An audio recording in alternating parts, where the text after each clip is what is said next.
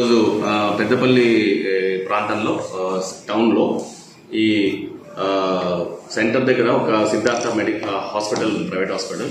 ఆ హాస్పిటల్లో ఒక 7 months బేబీకి ట్రీట్మెంట్ జరుగుతూ ఉంటే అమ్మాయికి రోజు ట్రీట్మెంట్కి వస్తున్నారు, అవుట్ పేషెంట్గా వెళ్తున్నారు. తండ్రి అమ్మాయిని తీసుకొచ్చి ఈరోజు కూడా జ్వరం వచ్చింది, సివియర్ జ్వరం వచ్చిందంటే డాక్టర్ లేడు. డాక్టర్ లేనప్పుడు ఒక నర్స్ ఉంది, ఇక్కడ వచ్చింది అని చెప్పి డాక్టర్కి ఫోన్ చేశారు.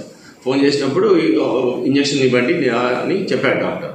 ఆ ఇంజక్షన్ ఇచ్చారు. ఇచ్చిన తర్వాత ఆ అమ్మాయికి సడన్గా కొద్దిగా కళ్ళు తెల్లేస్తుందని చెప్పేసరికి మళ్ళీ నర్సు డాక్టర్కి ఫోన్ చేశారు. ఫోన్ చేసిన తర్వాత ఇట్లా అవుతుందని అంటే ఇమ్మీడియట్ డాక్టర్ వచ్చి అమ్మాయిని చూసిన తర్వాత కొద్దిగా క్రిటికల్గా అనిపిస్తుంది నాకు, మీరు హయ్యర్ హాస్పిటల్కి, అడ్వాన్స్డ్ ఉన్న హాస్పిటల్కి కరీంనగర్ తీసుకెళ్ళండి అని చెప్పారు.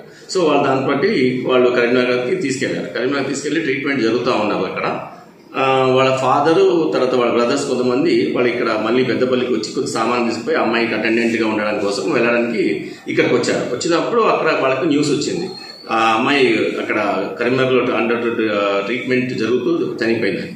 అప్పుడు వాళ్ళు కోపంలో బాగా ఎమోషనల్గా చెప్పేసి డాక్టర్ దగ్గరికి వచ్చారు. ఏమి ఇచ్చావు, ఏం కథ అని ఆర్గ్యుమెంట్ చేసుకుని అప్పుడు అక్కడ ఉన్న కొద్దిగా మెడికల్ షాపు, తర్వాత అక్కడ గ్లాస్ పెయిన్స్ అవి పాల్గొట్టడం జరిగింది. దాని తర్వాత అక్కడ డాక్టర్ అతను సంజాయించుకుంటూ బయటికి వెళ్ళిపోతా ఉంటే అతను డాక్టర్ వెంటబడి అతను స్కఫుల్ చేసుకుంటూ వెళ్ళడానికి వల్ల అతనికి ఒక చాకు తీసుకొని కొట్టడం జరిగింది.